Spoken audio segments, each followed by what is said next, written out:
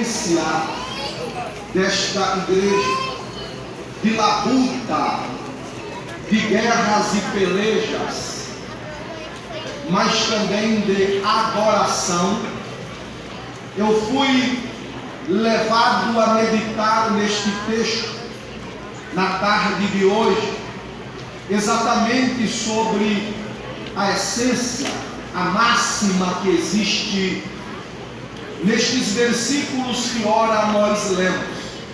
E eu pude, assim como você, perceber, detectar, exaurir deste texto o que ele está querendo nos ensinar.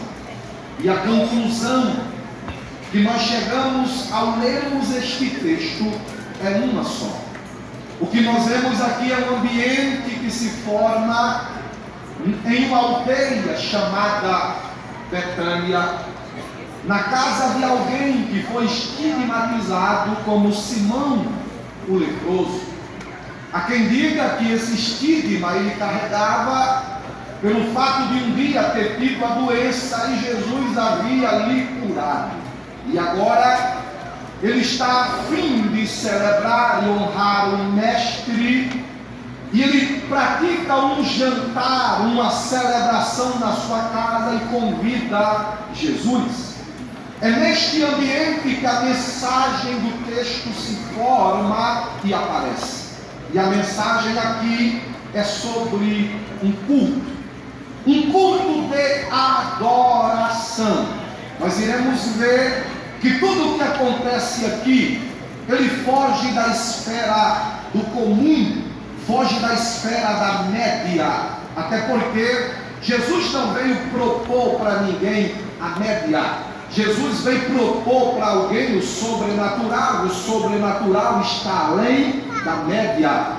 Jesus não veio propor para ninguém a terra, Jesus veio propor o céu está além e acima da média. Então o que nós vamos ver aqui foge deste ambiente. O que nós iremos ver aqui é adoração. Uma adoração que acontece em Betânia, e eu já lhes afirmo, em um ambiente pequeno, mas que ecoou o que aconteceu ali para toda a eternidade. Todas as vezes que nós pensamos, matutamos sobre adoração.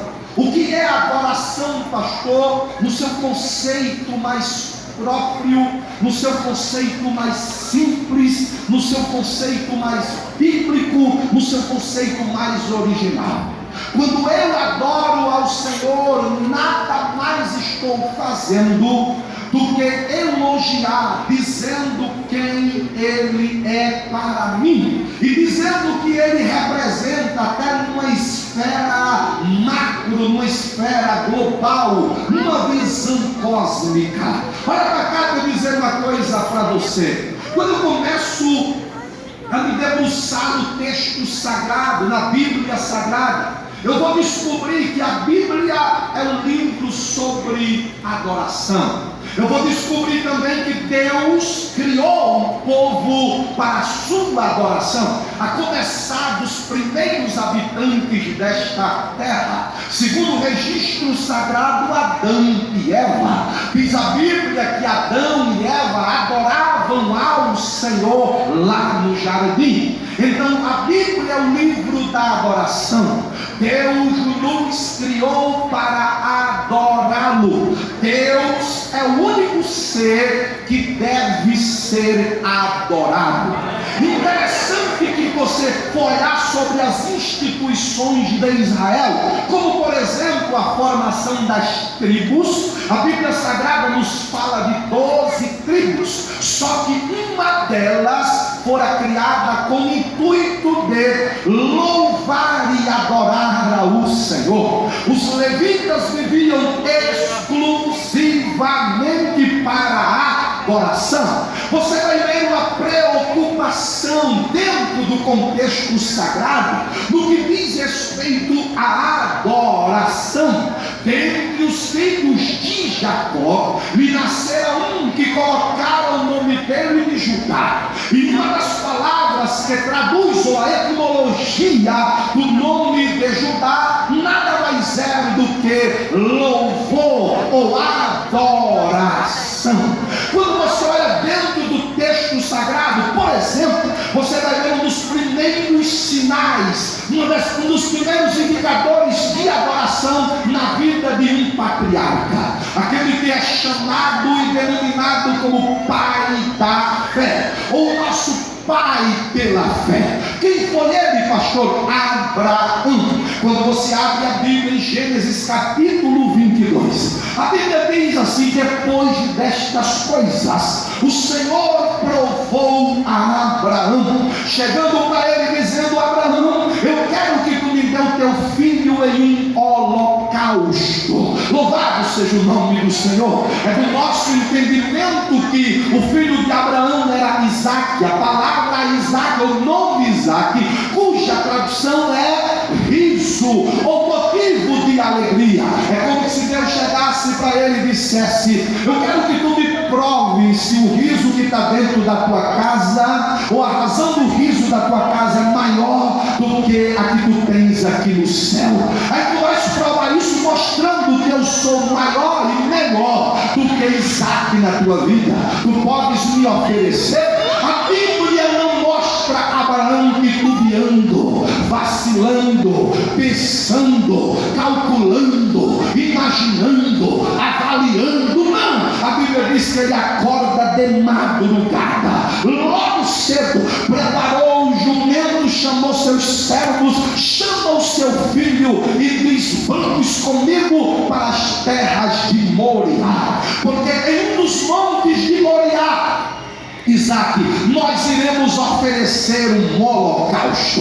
Diz a Bíblia que Isaque vai levando lenho nas suas costas. Isaque é uma figura antítipa ou antetipo do próprio Cristo, que vai para o lugar da sua morte levando aquilo que irá servir para o sacrifício. Diz a Bíblia que quando eles chegam no sopé de um dos montes de Moriá, Abraão olha para os servos e diz assim: vocês ficarão aqui com estes jumentos, e eu e o meu filho, preste atenção, eu e o meu filho subiremos, adoraremos e depois voltaremos. Observe que está no plural. Aqui está a ação da fé. O escritor aos Hebreus disse que a fé de Abraão era tão grande que ele acreditava que se ele oferecesse o filho dele em holocausto, você sabe como era que se processava o holocausto? Colocava-se o corpo do animal morto em cima do altar, depois drenava-se o sangue do animal por completo, depois abria o animal e retirava suas vísceras. Depois de drenado o sangue e tirado suas vísceras, o animal era repartido em vários pedaços e depois era queimado até virar cinzas. Aleluia! Quando Isaque vai subindo com seu pai, a única pergunta, o único questionamento que Isaque faz foi: meu pai, eu estou vendo lenho, eu estou vendo cutelo, eu estou vendo fogo, mas onde está o cordeiro para o sacrifício? Eu acredito que aquele foi um dos momentos piores da vida de um pai, do drama de Abraão. Abraão olha para o seu filho e não tem a resposta que ele quer dar, e nem Isaque escuta a resposta que ele queria ouvir. A única coisa que Abraão diz foi: o cordeiro para si, Jeová Jireh, o provedor, ele proverá. O que eu acho interessante é que Abraão não responde o que Isaque perguntou. Aleluia! Davi não responde o que Isaque perguntou. Jeremias não responde o que Isaque perguntou. Sansão, com toda a sua força, não responde o que Isaque perguntou. Sabe quem responde o que Isaque perguntou? João capítulo 1, verso 29. O Batista estava batizando no Jordão, quando de repente ele parou tudo, aponta para um menino de 30 anos e diz assim: eis aqui. Deixa eu parafrasear aqui. Parece que eu vejo João Batista dizendo: Isaque, eu tenho a resposta para a tua pergunta, Isaque. Eis aqui o Cordeiro de Deus que tira o pecado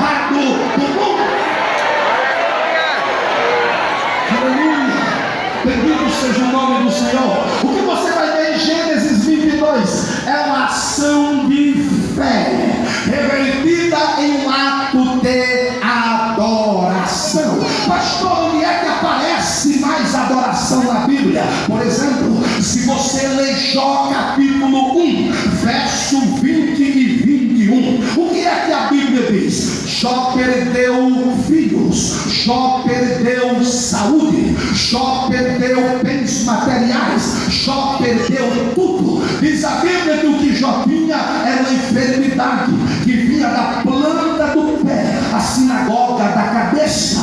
A Bíblia diz que vermes se formaram sobre o corpo de Jó, o hálito de Jó apodreceu, ele ficou com um problema chamado halitose. Escute isso aqui: as pessoas que antes vinham para aconselhar-se com Jó, agora não querem nem chegar perto dele. Amigos que lhes restaram, quando vem agora é para lhe acusar. Diz a Bíblia que depois que Jó perdeu tudo, Jó capítulo 1, verso 20, a Bíblia diz assim: e levantando-se Jó, raspou a sua cabeça, rasgou o seu manto e prostrou-se por terra e adorou ao Senhor, dizendo: nu eu vim, nu eu saí do ventre da minha mãe, e nu eu voltarei. O Senhor me deu, o Senhor tomou, louvado seja o nome do Senhor. Oh, aleluia! Ei, nós estamos vendo aqui demonstrações de adoração na terra, mas quando eu chego em Isaías, especificamente no capítulo 6, eu vejo o profeta gritando alto e dizendo: no ano em que morreu o rei Uzias, eu vi o Senhor assentado em um alto e sublime trono, as abas das suas vestes enchiam todo o santuário. Eu vi serafins que voavam por cima dele, eles tinham 6 asas, com 2 cobriam seus pés, com 2 cobriam seu rosto, e com 2 eles voavam, e eles olhavam uns para os outros e diziam: Kadosh, Kadosh, Kadosh, Yahvé Sabaoth, Santo, Santo, Santo é o Senhor dos exércitos, e toda a terra está cheia da sua glória. A pergunta que não quer calar: se no céu a adoração é constante e contínua, por que é que os anjos falam 3 vezes aqui: Santo, Santo e Santo? A teologia, em alguns dos seus mais profundos conhecedores, chama isto de trisságio angelical. Parece que eu vejo a cena: os anjos estão de frente para o trono, eles olham para o que está no meio do trono e diz: Santo é o Senhor. Eles olham para o que está à direita do trono e dizem: Santo é o Filho do Deus unigênito e todo-poderoso. Eles olham para o outro lado e dizem: Santo é o Espírito Santo do Deus Santo, que o Filho é santo, o Espírito é santo, o céu é santo, e nós adoramos a Ele. Adoração na terra, adoração no céu. Agora olha para cá. Quando você chega na Bíblia, o livro da adoração, é interessante, porque você vai encontrar um livro na Bíblia que é específico sobre a adoração. São 150 salmos que são chamados, sabe de quê? São chamados de cancioneiro judaico, ou são chamados também de saltério judaico. São referências a culto de louvor e adoração. Pastor, o que é um salmo? Um salmo nada mais é do que uma oração transformada em adoração. E o que eu acho interessante é que há uma variável de vários aspectos de adoração dentro do livro dos Salmos. Por exemplo, quando você chega no Salmo 23, você vai ver o adorador adorando a Deus e dizendo: Ele é pastor, Ele é guia e Ele é hospedeiro.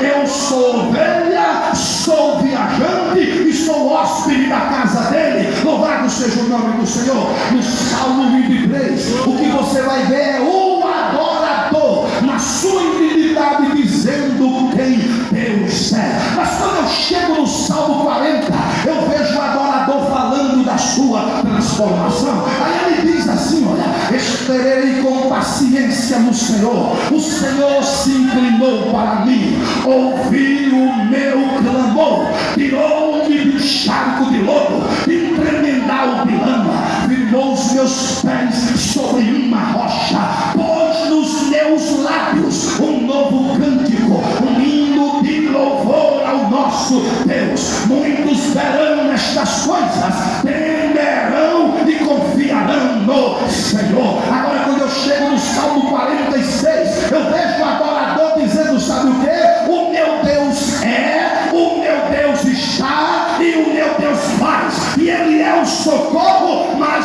presente para o adorador. Aí quando eu chego no Salmo 73, eu vejo o adorador dizendo: sabe o que? Eu estava confuso, eu estava instável, eu cheguei a murmurar, eu cheguei a reclamar. Mas no verso 17 do Salmo 73 ele diz: até que eu entrei no santuário, até que eu entrei lá na intimidade do Senhor, e a minha vida foi mudada e transformada. Quantos adoradores tem aqui que tiveram suas vidas transformadas? Pastor Adriano, mas onde é que está a razão para que eu adore? Se o Salmo 23 é a intimidade do adorador, se o Salmo 73 é a estabilidade e transformação do adorador, se o Salmo 40 é a mudança do adorador, se o Salmo, aleluia, 46 é o adorador expressando quem Deus é, aí quando você chega no Salmo de número 126, olha o que é que o adorador diz: quando o Senhor trouxe do cativeiro os que voltavam de Sião, ficamos como os que sonham. Então a nossa boca se encheu de riso e a nossa língua se encheu de cânticos. Então se dizia entre as nações: grandes coisas fez o Senhor a estes. Com efeito, grandes coisas fez o Senhor por nós, e por isso estamos alegres. Em outras palavras, e por isso o adoramos. Aí quando você chega no Salmo 150, sabe o que é que o adorador diz? Para você que reclama, que fica procurando razão para adorar: eu só vou adorar quando tudo estiver bem, eu só vou adorar quando tudo estiver ok.